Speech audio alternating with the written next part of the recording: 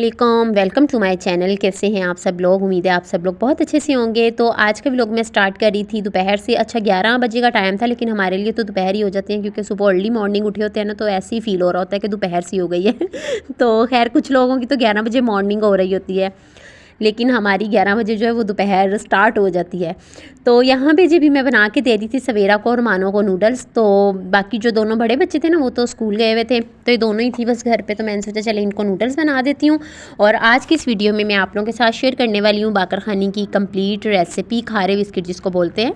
तो बहुत आसानी से बगैर अवन के हम घर पर बना सकते हैं। तो जो मेरी सिस्टर्स मेरी तरह बेकिंग का शौक़ रखती हैं ना, तो ये वीडियो मैं उनको डेडिकेट कर रही हूँ। आप लोग बहुत आसानी से घर पर बना सकते हैं और अपना शौक़ पूरा कर सकते हैं। तो जैसे बाकी पैशंस होते हैं ना, बिल्कुल इस तरह से बेकिंग भी एक पैशन ही होता है।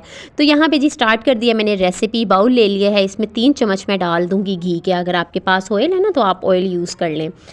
3 चम्मच आपने इसमें ऑयल ऐड कर देना है। और यहाँ पे 1.5 चम्मच के करीब मैं इसमें ऐड कर दूँगी चीनी। और 1 चम्मच इसमें मैं नमक ऐड कर दूँगी। मैं रेसिपी बना रही हूँ 1 पाव मैदे से, तो आप लोगों ने भी स्टार्टिंग में कोशिश करनी है कि आप कम क्वांटिटी में बनाएं, ताकि अगर ख़राब भी हो जाए ना फर्स्ट टाइम में, सही ना भी बने, तो फिर इस चीज़ का दुख ना हो के वेस्ट हो गया।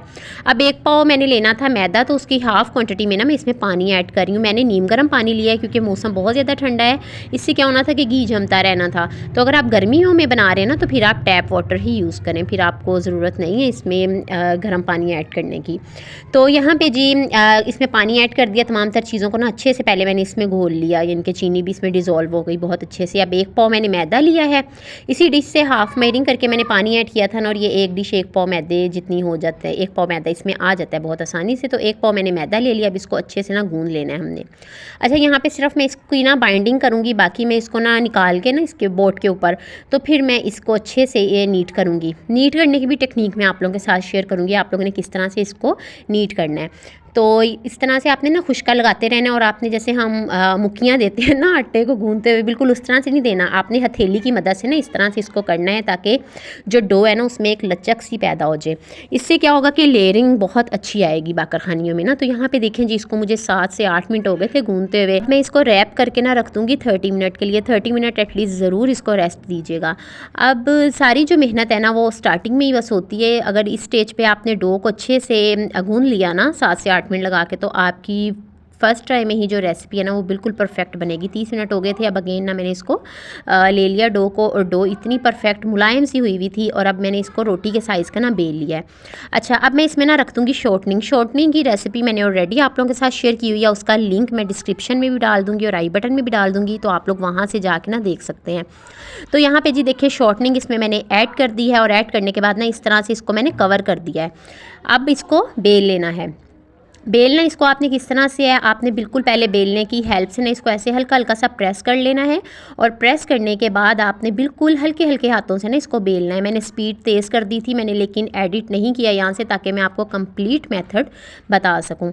तो ये देखिए जी, इस तरह से आप बिल्कुल हल्के हल्के हाथों से बेलेंगे। बिल्कुल तसल्ली से बेलना है, वरना आपकी जो शॉर्टनिंग है ना वो बाहर निकल सकती है, डो फटेगी और शॉर्टनिंग बाहर आ जाएगी।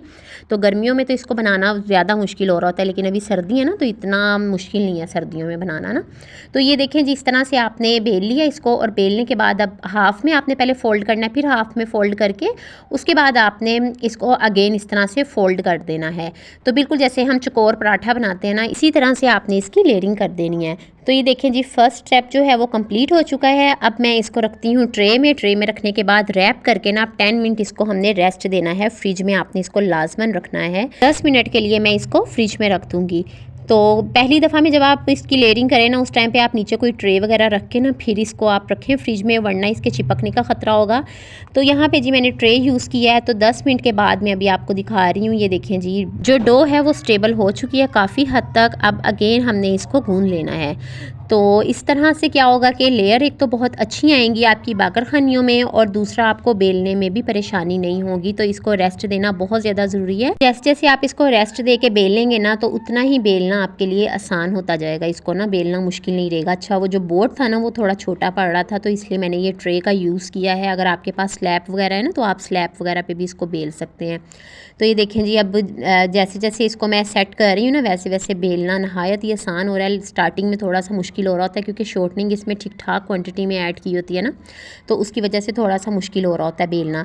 तो इसलिए इसको रेस्ट देना ना बहुत ज़्यादा ज़रूरी होता है। फिर तो ये बिल्कुल जैसे आप समझ लें मक्खन की तरह ही ना बस ये बेली जाएगी और कोई आपको इतनी एफर्ट नहीं करनी पड़ेगी इसको बेलने में। खुश्का आपने लाजमन इस पर लगाते रहना है। तो मैंने ये ट्रे का साइज़ लिया था, क्योंकि मुझे था कि ये ट्रे बिल्कुल परफेक्ट रहेगी, तो इसलिए जी मैंने ट्रे के जितना ही इसको बेल लिया अगेन।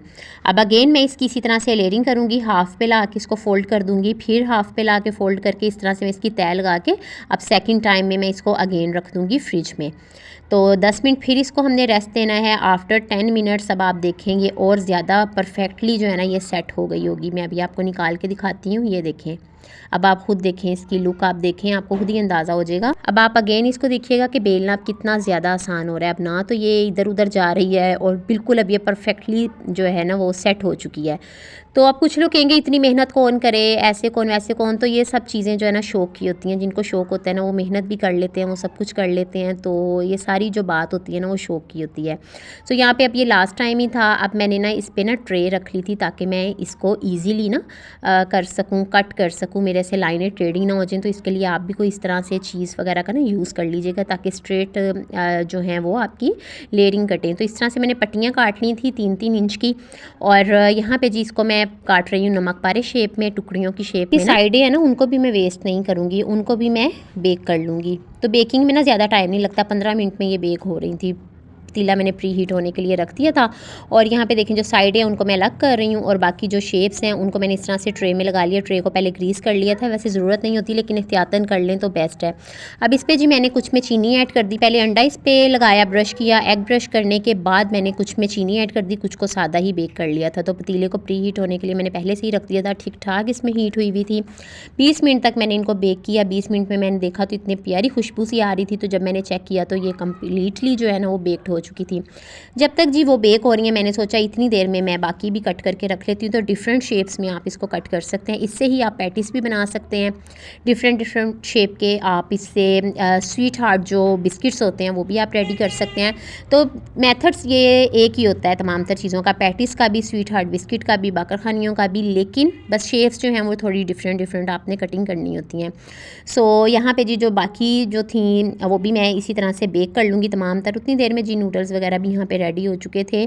और मैंने ना दूसरी साइड पे भी पतीला चढ़ा दिया था। मैं 2 पतीलों में ना इसको बेक करी थी। एक साइड पे मैंने छोटा चढ़ाया था, एक साइड पे बड़ा पतीला था, ताकि जल्दी से बेक कर लूँ मैं। तो जो छोटा पतीला था ना उसमें मैं जो इसकी साइडें थी ना उनको भी मैंने वेस्ट नहीं किया था, उनको भी मैंने बेक कर लिया था। चाय वगैरह के साथ भी खा सकते हैं, बच्चे भी खा लेंगे। तो इसलिए ना किसी चीज़ को वेस्ट मत किया करें, बल्कि यूज़ में ही ले आया करें। तो यहाँ पे अगेन जो है वो मैं इसको ब्रश करके, एग ब्रश करके रख दूँगी। और जी यहाँ पे देखें जो बाकरखानी है ना वो बहुत ही अच्छे से बेक्ड हो चुकी थी, इतनी प्यारी खुशबू आ रही थी। और यहाँ पे हस्बैंड भी आ गए थे तो जल्दी से मैंने फिर चाय भी चढ़ा दी उनके लिए। और मैंने सोचा चलें फ़र्स्ट बैच जो है ना वो हस्बैंड को ही सर्व करती हूँ मैं, और उनको ही टेस्ट करवाती हूँ कि कैसी बनी है, आप बताएं। देखें कितनी परफेक्टली ये बेक भी हुई हैं, और कलर इतना ज़बरदस्त इन पे आया था, और इनका टेस्ट बिल्कुल ऐसे ही था जैसे बाज़ार से हम लोग लेते हैं ना बाकरखानी, बिल्कुल वैसा ही इनका टेस्ट था। तो जी ये मैं आपको क्लोज से भी दिखा रही हूँ, लेयर आप देखिए इनकी कितनी ज़बरदस्त है। तो बस पहले मैंने सोचा कि हस्बैंड को मैं टेस्ट करवाती हूँ फर्स्ट बैच, उसके बाद जो सेकंड बैच था ना उसको मैंने रख दिया था बेक होने के लिए, और बैक टू बैक बस मैं बेक कर करके रखी जा रही थी। 20 मिनट का टाइम मैंने सेट किया हुआ था, 20-20 मिनट बस मैं इनको बेक कर रही थी, और उसके बाद जी ये रेडी हो रही थी। तो जो इसके साइडें वगैरह थी ना वो तो जल्दी बेक हो रही थी। तो बस इसी तरह से जी आप लोग भी घर पर बना सकते हैं चीज़ों को। और यहाँ पर तमाम तर जो बाकरखानियाँ हैं उनको मैंने बेक कर लिया है, आप लोग देख सकते हैं इनकी फ़ाइनल लुक। अच्छा, अब चीनी वाली भी मिलती है ना बेकरी वगैरह से, तो मैंने कुछ पे शुगर भी ऐड की थी, तो आप उनकी भी देख सकते हैं कितने अच्छे से वो भी रेडी हुई हैं। ना तो शुगर मेल्ट हुई है और ना ही जो है वो जली हैं बिल्कुल भी, और कोई यकीन भी नहीं कर सकता कि ये मैंने पतीले में बेक की हैं।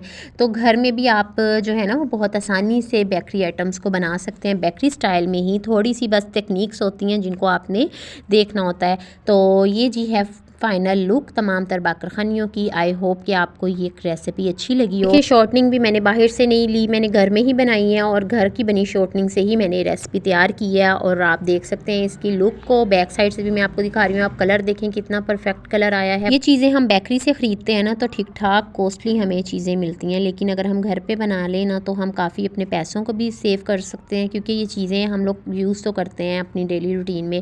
कुछ लोग नाश्ते में कर रहे होते हैं, कुछ लोग इवनिंग टाइम में कर रहे होते हैं। तो अगर आप घर पे बना के रख लें, आप ठीक ठाक अपने पैसों की भी बचत कर सकते हैं और क्वांटिटी भी ज़्यादा आप घर पे बना लेंगे। सबसे बढ़ के ये है कि साफ़ सुथरे तरीके से आपने घर पे बनाई होगी, आपको भी तसल्ली होगी, आपने अपने हाथों से बनाई होगी ना, तो आपको भी तसल्ली होगी। तो मैं आपको यहाँ पे शेप्स भी दिखा रही हूँ कि मैंने कौन कौन सी शेप्स में देखें बनाई हैं। इस तरह से आप इसको ट्विस्ट भी दे सकते हैं, आप उस शेप में भी इसको बना सकते हैं। तो इंशाल्लाह अपकमिंग डेज़ में मैं आपके साथ और भी रेसिपीज़ इससे रिलेटेड ही शेयर करूँगी। एक पाव मैदे से आप देखें कितनी ज़्यादा क्वांटिटी आप घर पे बना सकते हैं। अब मैं आपको एक तोड़ के दिखा रही हूँ, आप देखें कितनी क्रिस्पी है। बना के आप इनको महफूज भी कर सकते हैं, किसी भी एयरटाइट डिब्बे में आप इनको डाल के रख लें और लॉन्ग टर्म आप इनको यूज़ कर सकते हैं। तो आई होप आपको आज की रेसिपी अच्छी लगी हो। रेसिपी अच्छी लगी हो तो लाइक कर दीजिएगा। इंशाल्लाह मिलूंगी नेक्स्ट व्लॉग में। अल्लाह हाफिज़।